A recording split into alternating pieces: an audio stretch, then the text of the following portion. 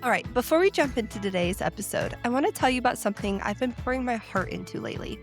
SSS Tradco isn't just apparel, it's not just gear, it's a mindset. It's about doing things the hard way, the intentional way, the traditional way. We launched our exclusive Legacy Box. The first 50 orders are getting a special early supporter edition. This is for ones who believe in building something that lasts, for the ones who know legacy isn't given, it's earned. If you've been listening, supporting, growing with me, this is your chance to be a part of the foundation. Go to sstradco.com and grab your legacy box now. And use code RAISETRADITIONAL for 10% off your order. The legacy starts here.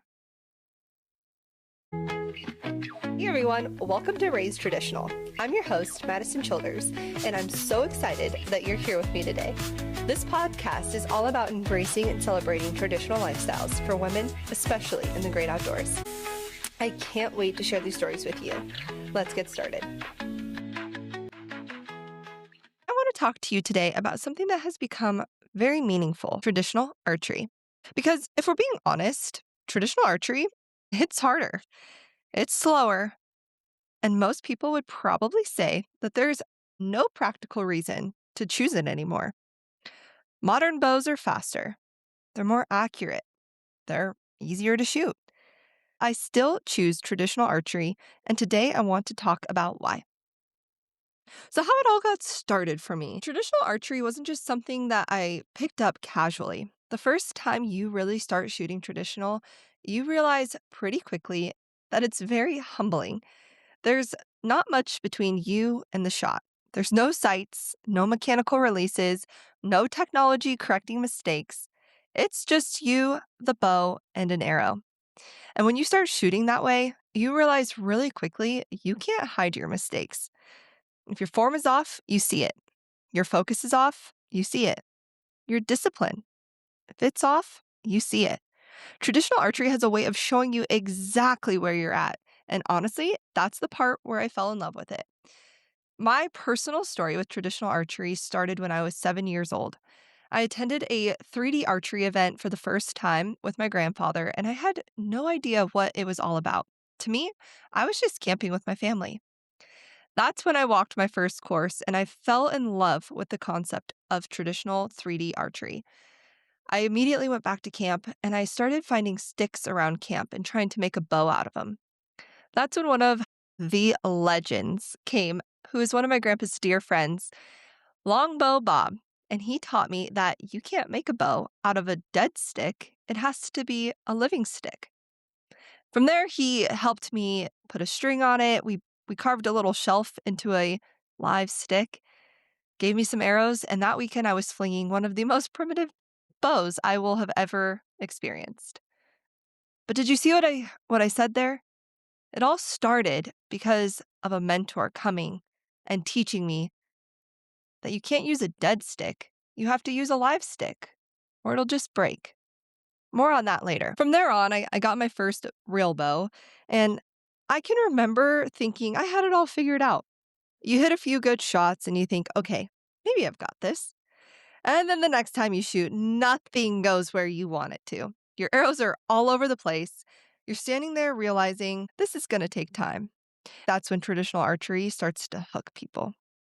Because when you finally start improving, you know you earned it. I'm 23 years into shooting traditional archery, and I am learning something new every year. I'm battling a bad habit or a change in form every single season. We live in a world that is constantly trying to make everything faster and easier, right? Faster communication, faster results, more convenience. But traditional archery asks something very different of you. It asks you to slow down. You can't rush the shot. You can't force accuracy, and you can't rely on equipment to compensate for the lack of practice. You have to build that skill, and that patience takes time. One of the biggest things that traditional archery teaches you, honestly, is patience. And if you've ever prayed for patience, you know that's not really something that you want to pray for. So having traditional archery teach you that, I think, is fantastic. You don't just wake up one day and suddenly become a great traditional shooter. You practice, you miss, you adjust, and then you try again. And slowly, over time, things start to come together. And honestly, that process has a lot of parallels to life. It teaches discipline because if you want to improve, you have to show up consistently. It teaches humility because even when you're shooting for years, traditional archery still has a way of reminding you that you always have something to learn. And it teaches presence. When you're drawing a bow and preparing to release an arrow, you have to be fully there in the moment, not thinking about everything else going on in your life, not thinking about that long to do list you have. Just focused, just steady, and just present. A deeper meaning traditional archery has for me, it's more than just hitting a target. It's about something that connects you to something older, something more simpler, something more intentional. And I don't say older and instantly think of the older generation. No. Okay, that'd be a lie. I do.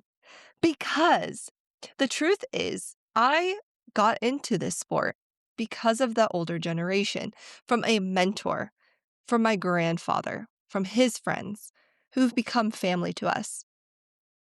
And now my son can say the same. He's learning from the older generation. I teach him as much as I can, but we're so blessed that we still have our grandfather, his great grandfather, attending shoots with us every year. We have family friends who've become adopted grandpas to him and uncles. And we're learning and doing our part in teaching others. It's simpler, it's more intentional. And you're not relying on technology to do the work for you. No, you're learning the skill, you're building the muscle memory, and you're developing the discipline. Now, there's something really satisfying about that process, especially in a world where there are so many things that are designed to remove that effort, remove struggle, remove patience. Traditional archery brings those things back. Now, honestly, I think this whole part of why traditional archery resonates so much with me as a parent is because of those reasons. We have a world that was designed at this point to remove effort from our younger generation. They're not learning what it is to struggle, or what real struggle is, I should say. They don't have patience, and half the time they can't be present. When you're raising kids, there's a lot of similarities to traditional archery. You can't rush it, you can't force growth, you just show up. You stay consistent, you guide them. And over time, those small efforts start to build something, just like learning to shoot a traditional bow. It's not about perfection, it's about the process. And I want my son to grow up seeing that. I want him to understand that some of the most meaningful things in life take patience, effort, and discipline. So that's why. That's why I keep choosing it. Traditional archery isn't the easiest path. It's not the fastest way to learn how to shoot, and it's definitely not the most forgiving. But it teaches that things are valuable far beyond the range. It teaches patience, it teaches discipline, and it teaches humility. And it reminds you that sometimes the harder path is the one that shapes you the most. I often think of my own personal journey with this. I started when I was 7, and I enjoyed a few 3D shoots here and there. Till my grandpa moved back to town, I didn't have a lot of opportunity to go out and shoot. I lived in a neighborhood, I didn't have a bow at my house, and I didn't feel safe shooting without him. I'm so thankful that he moved back. I'm so thankful that when I was 16, he took me hunting for the first time. Yeah, hunting big game with the trad bow. Now, people don't get that part of it as well, right?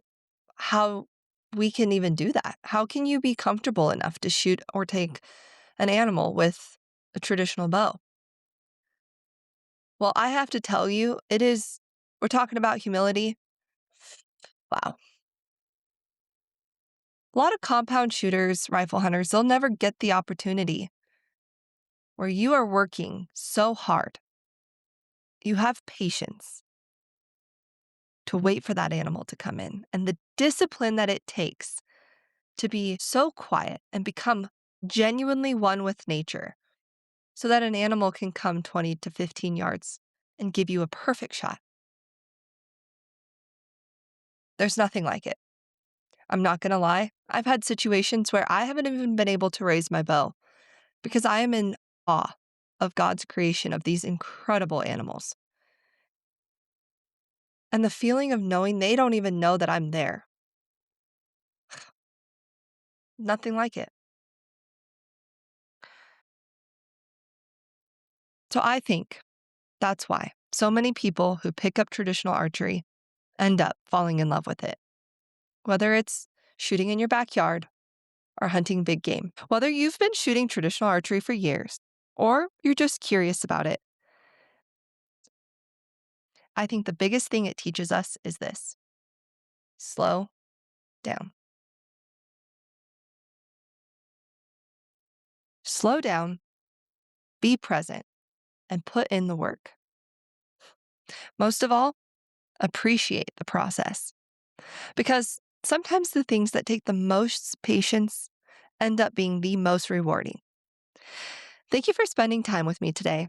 I'm really grateful you're here and a part of this community. Until next time, keep practicing, stay intentional, and I'll see you here next Monday on Raised Traditional. And one last quick reminder, if you haven't checked out SSS Tradco yet, now is the time. The first 50 legacy boxes are live right now, and once they're gone, that early edition is gone. Head to sssstradco.com, lock in yours, and use code RAISEDTRADITIONAL for 10% off. Don't watch the movement, be a part of it.